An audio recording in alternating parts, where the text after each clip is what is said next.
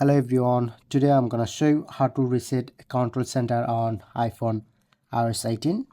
So look here, this is my control center. I'm just a reset. At first open iPhone settings, click on to general,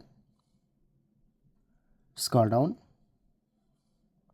click on this option showing it to reset, click on and select reset all settings, enter your passcode and finally click on reset all settings.